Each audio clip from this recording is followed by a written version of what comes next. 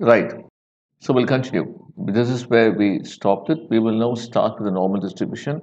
From this point onwards, I'm going to be talking completely as if I'm writing on a whiteboard like we used to back in college. Right. So mm, please stop me if my handwriting is not clear at any point in time.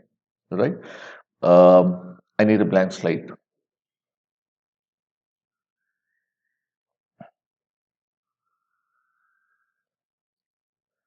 Right. Thank you. Um,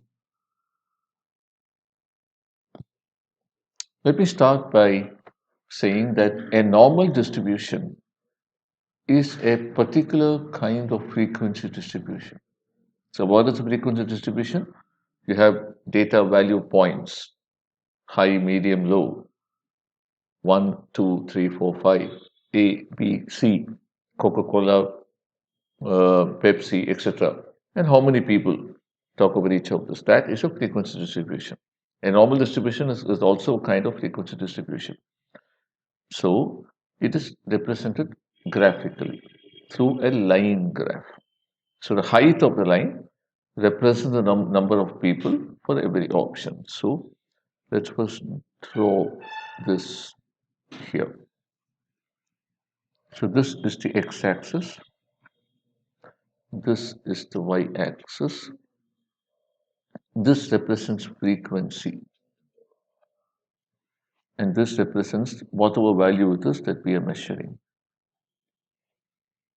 Now, just for example, let us say we are measuring the height of men in the city of Bombay. Let's assume that that's no. Why are we doing it? It's a pointless activity. Let's just say we're doing it. And let us say we take 100,000 men in the city of Bombay.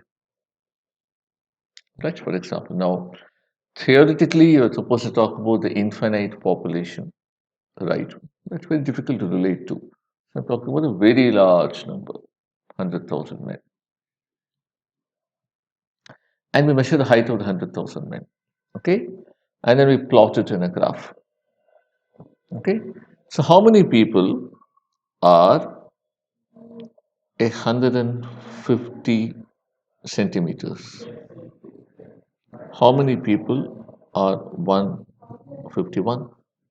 How many people are 152? Up to how many people are 210, just for example. And why have I chosen 150 to 210? Because 210 is 7 feet and 150 centimeters is 5 feet.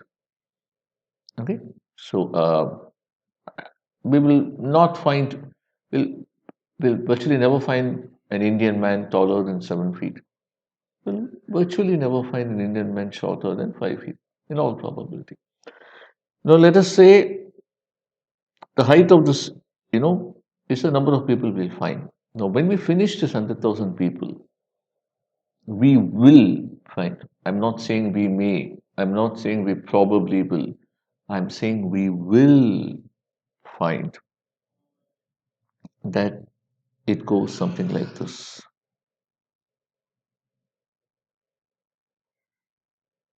Okay. So the number of people who are, let us say, 170 centimeters will be very high. The number of people who are only 152 centimeters will be very small. The number of people who are as much as 208 centimeters will be very small. And at some point, this will virtually come on down and meet, almost meet, not exactly meet, almost meet, right? What they call asymptotic lines. It's just clear. Now, do you want to ask me why is it like that? Or how am I so sure that we will find this? Yeah, that doubt did come to me. Okay, so This is called the normal distribution, this curve. It's like a bell. So it's also called bell-shaped curve, right?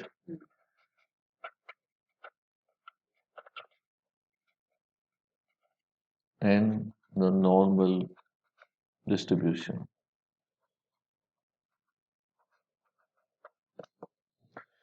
Um, Now, how am I so sure that this is correct?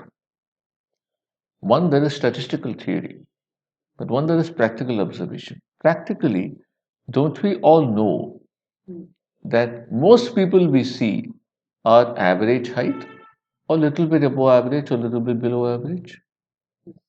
That is what this curve is telling us. So, let us say 170 centimeters is about 5 feet 7 inches tall, or 5 feet 8 inches tall. Let's say 165 to 175, which is about 5'5" to 5'7" or 5'8", is the average height for an Indian. Or maybe even up to, let's say, 178 centimeters and 162 centimeters, which is about 5 feet 2, 3 inches, or 5 feet 4 inches to 5 feet 10 inches is the average height for Indians, right? Most of the people will be in that range, right? Sorry, I do that wrongly. I'll have to erase this bit. Most of the people will be in this range, which is roughly 5 feet, say 3 inches, to roughly 5 feet 10 inches. Isn't that obvious? Isn't that something we've all observed? Not many people are above 6 feet. Not many people are below 5'2". Hardly anybody is above 6'6". Hardly anybody is below 5'1". That is how I know from observation, I know that it will come roughly like this. The height of this curve, which represents the frequency is lower. I should go to this end. The frequency is also lower as you go to this end. But the frequency is higher when we come to the middle or the middle range. So I know this from observation. I also know this from statistics theory. Statistics says that nature loves normal distribution. Most phenomena in nature are normally distributed. Why? We don't know. So if we take height of people, if we take IQ of people, if we take the people's capacity to run, correct? Now, how much can I run without, well, I can possibly run a few hundred meters. You can possibly run a few hundred meters. You will not find anyone who can run even 2 steps. You won't find many people who can run 5 kilometers, 10 kilometers. So again, right? Nature loves normality, even animals, right? If you take, the a lion's mane, right? The color of the lion's mane, the number of lines with different kinds of colors also follows a normal distribution. Why? We don't know. Nature loves normal distributions. Nature pushes all phenomena towards closer to the mean, right? It seems to not like extremes. These are extremes, right? These are also known as outliers.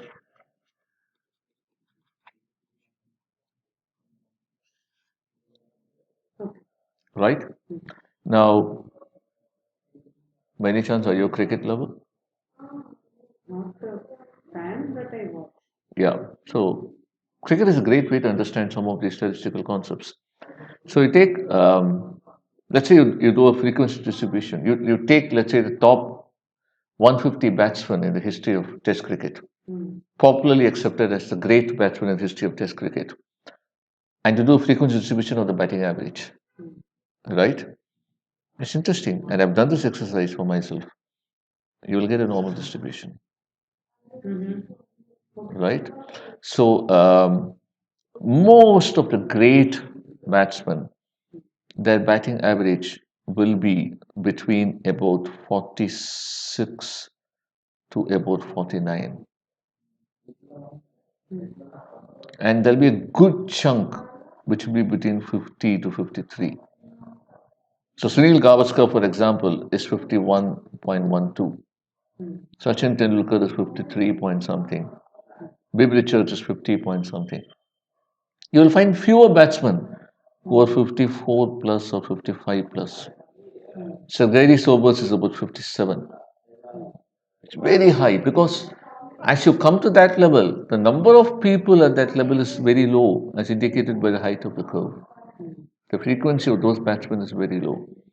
On this hand, there It's are true of even perceptions that people have about different things. It could be about the rights, it could be about anything.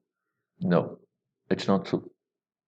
So this is more, it's meant for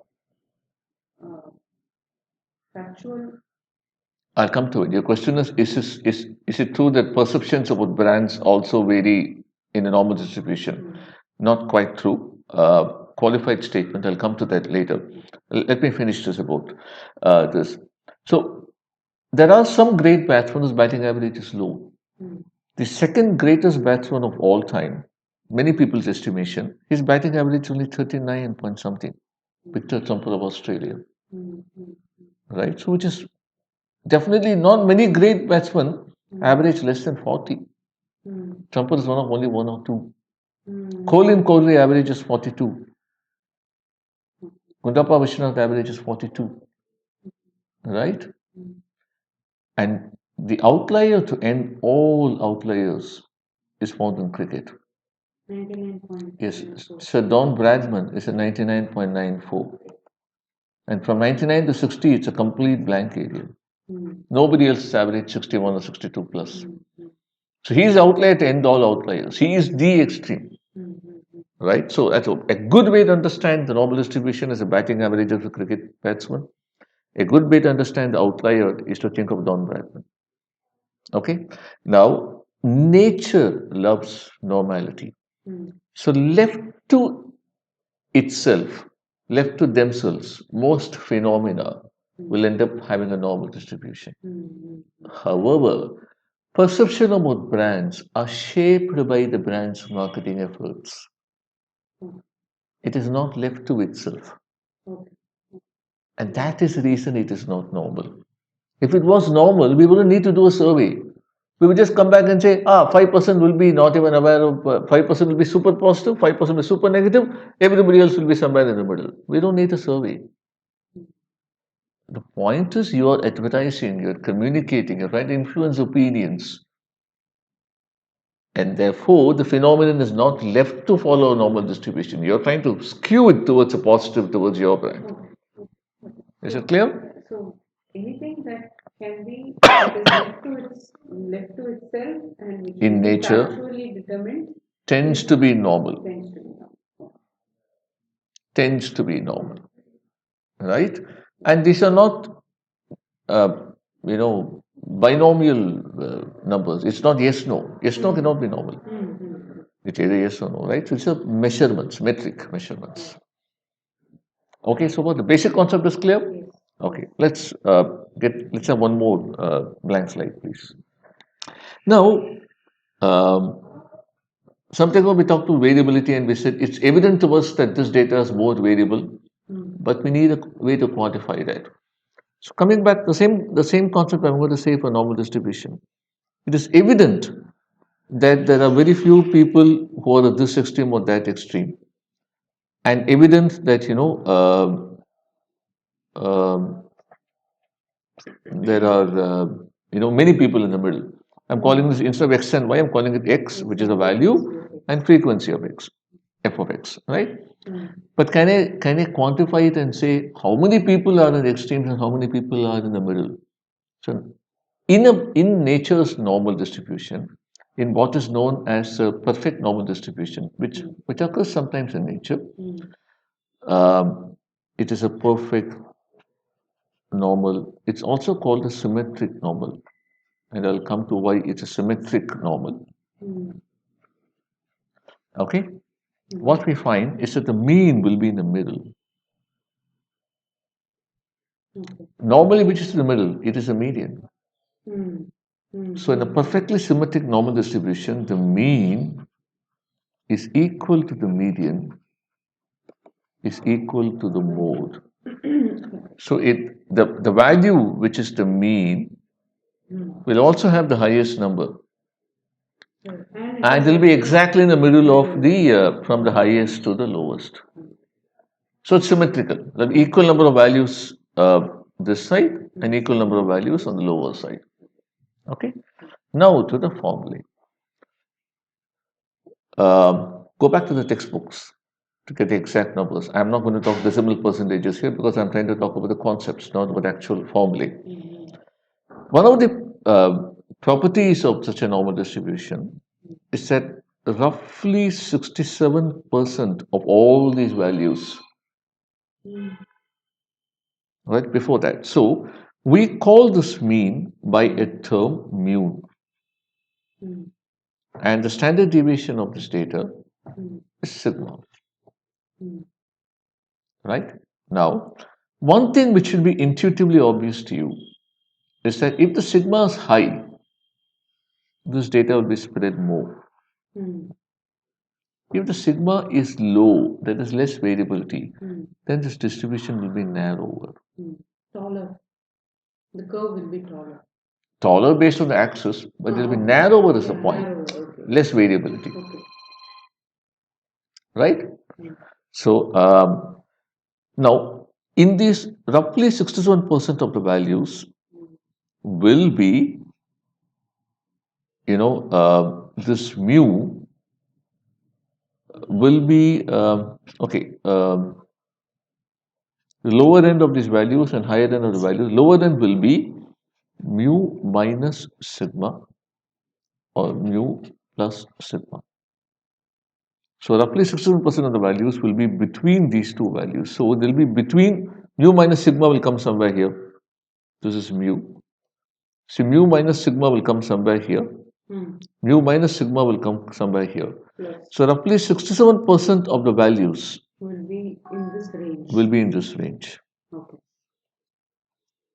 67% of the total values here. Roughly 95% of the total values will be with mu plus 2 sigma or mu minus 2 sigma. Okay? Will be between mu plus or minus 2 sigma. So roughly 95% of the values. So all this 67 is part of the 95. Remember, this 67 is part of this 95. So roughly 95% of the values. So only 5% will come this side and this side together. So only 2.5% will come here like this. Only 2.5% will come here like this. And roughly 99% of the values will be mu plus or minus 3 sigma. So here and here. So only 0.5% will come here, only 0.5% will come here. Why 0.5? Because each side, because it's symmetrical, remember. Yeah. Okay. Which is exactly equal on both sides. Right? So again, a simple way, 0.5 plus 0.5 is 1. So only 1% of people are really far away from the mean. Only 5% of people are somewhat far away from the mean. Only 33% of the people are a little bit far away from the mean. That is really what it means. Right? So, if our population was 100,000. Yeah, I'll come to that. So, if you talk about 100, you talk about Six Sigma, the quality concept, it follows from this. But yeah, I'll come to that. If say for a population is 100,000 or 150,000, I think we said, 100,000 we said, yeah. So then 67,000 people, their height will be, yeah, so the height will be 170 centimeters plus or minus whatever the standard deviation 1 sigma is. And 95,000 people will be 170 centimeters plus or minus whatever the sigma is and so on and so forth. This is clear so far? Yes. Okay, you raised a very interesting point called Six Sigma. So before that, I need to say one thing here. Now, we also talked about range as a measure of variability. Range is the highest minus lowest value here. For all practical purposes, in a normal distribution, The highest value is mu plus 3 sigma. Because beyond that is only 0.5%. Okay. For all practical purposes, the lowest value is mu minus 3 sigma. Because less than that is only 0.5%. Therefore, you can say that the range equal to mu plus 3 sigma minus mu minus 3 sigma, which is equal to 6 sigma. Because the mu and mu get cancelled. 3 sigma minus minus 3 sigma will become 3 sigma plus 3 sigma 6 sigma. So the range is the highest to the lowest value, which is the concept in which formula now can be defined. So for any normal distribution, if you measure the standard deviation, you can automatically get the range. And if all the other way to look at it is, if you're confident that the data is normally distributed, then if you measure the range, that sigma is simply range by 6. It has to follow because that's the property. You don't need to sit and measure sigma separately. It is just range by 6. It's just conceptually clear.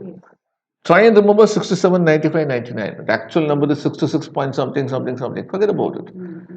We are not doing statistics here. We're doing application into market research. If you remember 67, 95, 99, it's more than enough. Right? This is conceptually clear. Is symmetric conceptually clear. And mean and median mode are the same in a perfect normal distribution is clear. And range equals 6 sigma. Therefore, sigma is equal to range by 6.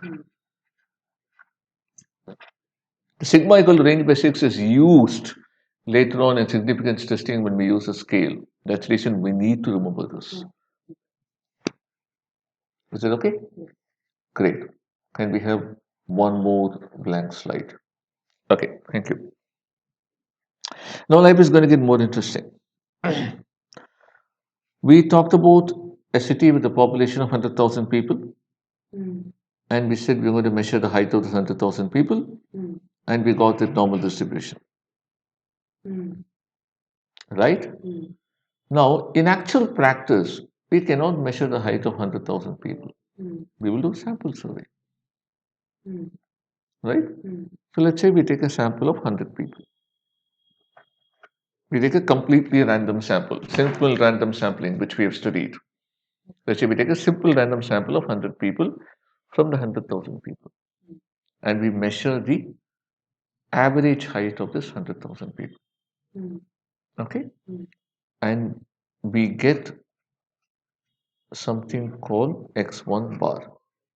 Now, if you remember, the original mean score is mu, and the original standard deviation was sigma, whatever it was, 170 centimeters and something. Let's just say mu and sigma. Now we measure this 100, which we've taken as a sample. It won't exactly be the same because it will be the 100 we take won't exactly be from that 100 though. Like it will be a little bit here and there. Therefore, it's x1 bar. We put the 100 back. Bar because it is taken from a sample. It's taken from a sample. We put this back in the population. Then we sort of draw lots again. We take another 100 at random.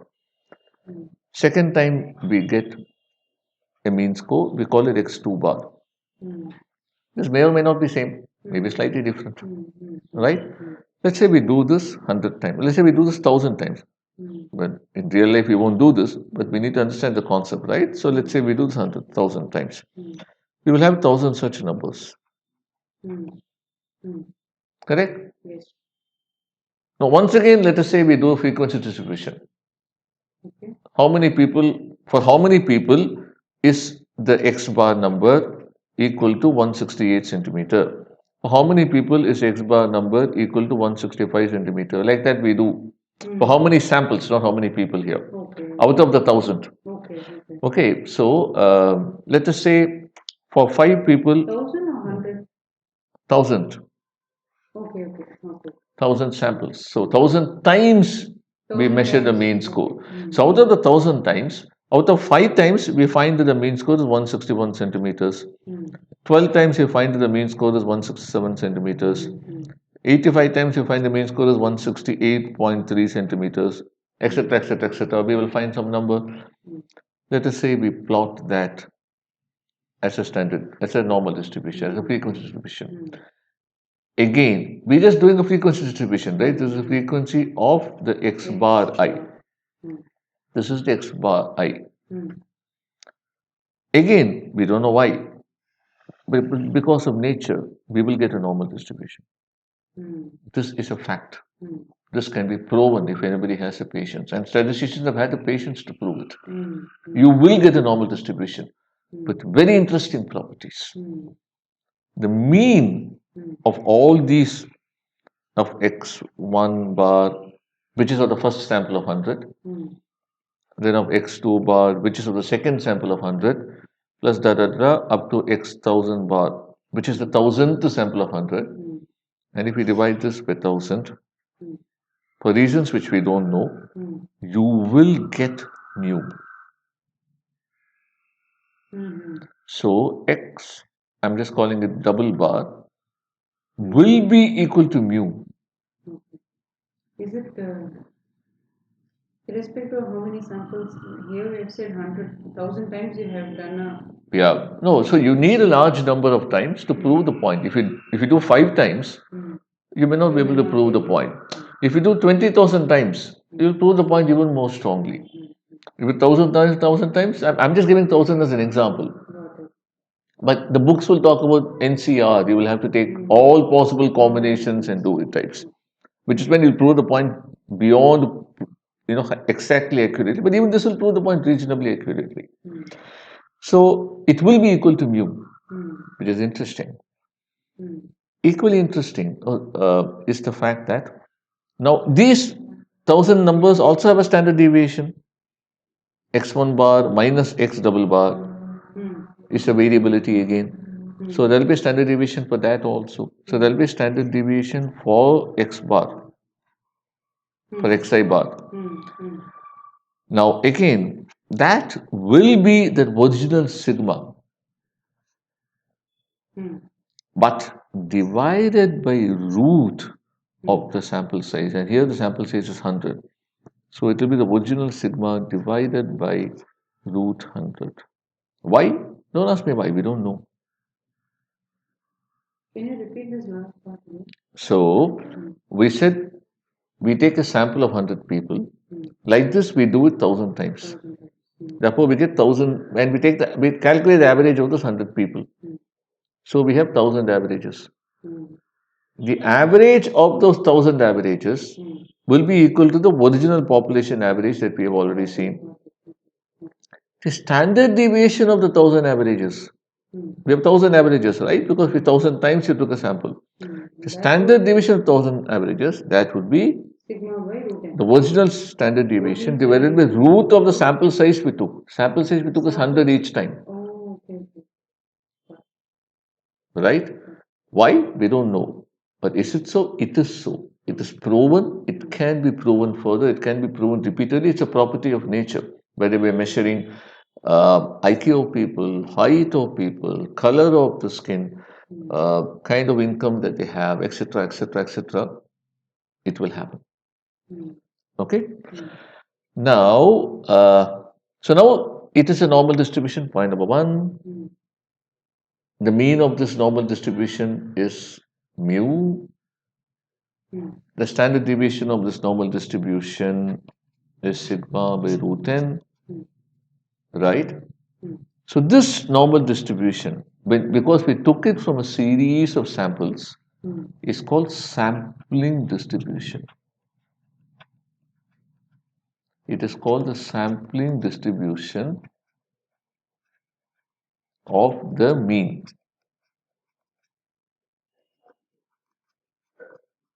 Because each time we calculated 1,000 means, 1,000 averages, and that is what we plotted, right?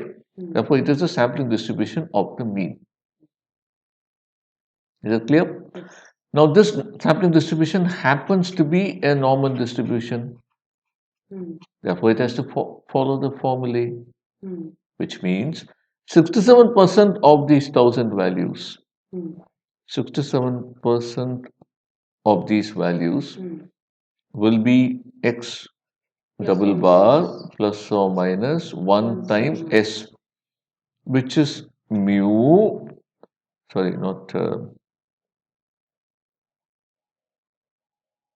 mu plus or minus mu plus or minus 1 times sigma by divided by root 10.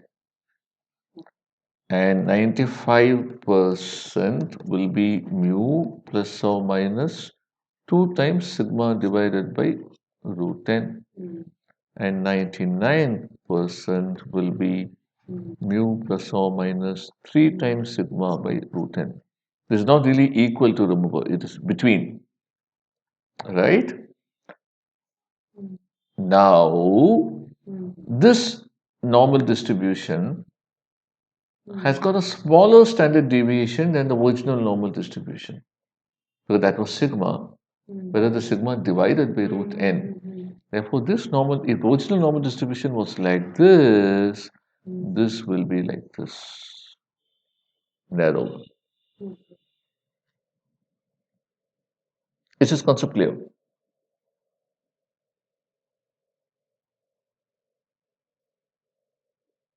Since the sigma, the standard deviation of the sampling distribution would be smaller than the standard deviation of the population of Exactly. the distribution. Exactly. Sampling distribution of the standard deviation of the sampling distribution will be smaller than the standard deviation of the population. Therefore, the sampling distribution will be narrower than the original population normal distribution. Right? Intuitively evident and mathematically also correct. Is this conceptually clear? This is the crucial bit that we're taking 1,000 times, we're taking a sample of 100 people each. So we end up with 1,000 mean scores. And then we plot a frequency distribution with those 1,000 mean scores. And we end up getting a normal distribution, which is called the sampling distribution. And this normal distribution will have a mean of, coincidentally, actually not coincidentally, it's a principle of life, original to the population mean, and the standard deviation, which is original standard deviation divided by the sample size. Sample size in our example was 100. The number of people we took each time out of those 1,000 times. Not the number of samples. Not the number of times you took a sample, number of people you took in each sample. Right so far? Okay. Now, in practice, we take only one sample, right? In practice, when you're doing a market research study, we don't go and take 1,000 samples. We take one, we do one survey. We don't do 1,000 surveys. In that one survey, we may do 50 people, 100 people, or 400 people. But we do only one survey. We don't do 1,000 surveys. We can't do 1,000 surveys. So we do one survey. Is that one survey accurate or not is our real doubt. Why we are going with all this formulae is to find out how likely that one survey we have done, how likely is it to be accurate? That is our interest in knowing all this. Otherwise, we are not interested in knowing all this. Now, look at this data. So, out of that 1,000, we have done only one. In reality, we have done one. But we know there is 1,000 in principle, right? Now, that one could be here, or here, or here, or here, or here. How likely is it to be where it is?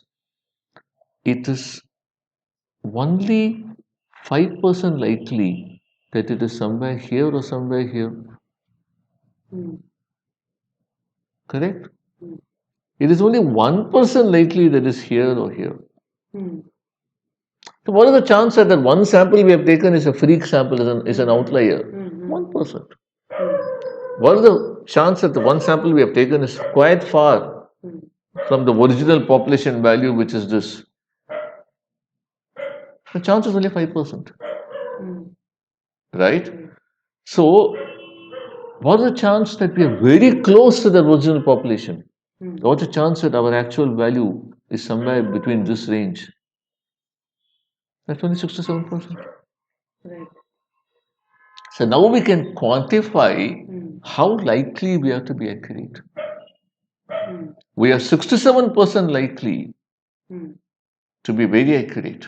That is the original population plus or minus sigma by root n. We are 95% likely to be quite accurate, or in fact very accurate. Sigma mu plus or minus 2 times sigma. We are 99% likely that we are at least somewhat accurate. Right? So that is the principle here. We are very confident that we are at least somewhat accurate. We are somewhat confident that we are very accurate. We are quite confident that we are quite accurate. So the whole relevance of normal distribution and sampling distribution is that, from a market research point of view, is that when we do a sample survey, this tells us how likely we are to be how accurate. Now, within this, if we have a larger sample size, we'll be more accurate, so on and so forth. Those things follow, right? But this is the basic principle. This is principle clear. We are very likely to be somewhat accurate, which is we are 99% likely that we are within this much distance. We are quite likely, 95% likely, that we are within this distance. We are only somewhat likely that we are within this distance. As simple as that. So they're inversely proportional. If you want to be very accurate, your chances of being very accurate are lower, and vice versa. Yes, you had a question. Yes, my question is actually not statistics related, but it's just a doubt. There are studies where we define the target group, saying, we talk to women, we talk to women, we talk to people who are working, we talk to Gen Z, and so on and so forth. So would this be applicable only when we are talking to a focused target audience? This applies everywhere, but this leads to the sample size discussion, which we will have to touch upon here. So we said 1,000 times we're doing a survey, and we said 100 is a sample size each survey. Should that be 100 or 150? Comes back to the earlier sample size question, and this is directly linked to that. Remember, we said n equal to 30 is a golden rule. The very next slide will tell us why is that the golden rule. Okay, so shall we take a quick break and come back?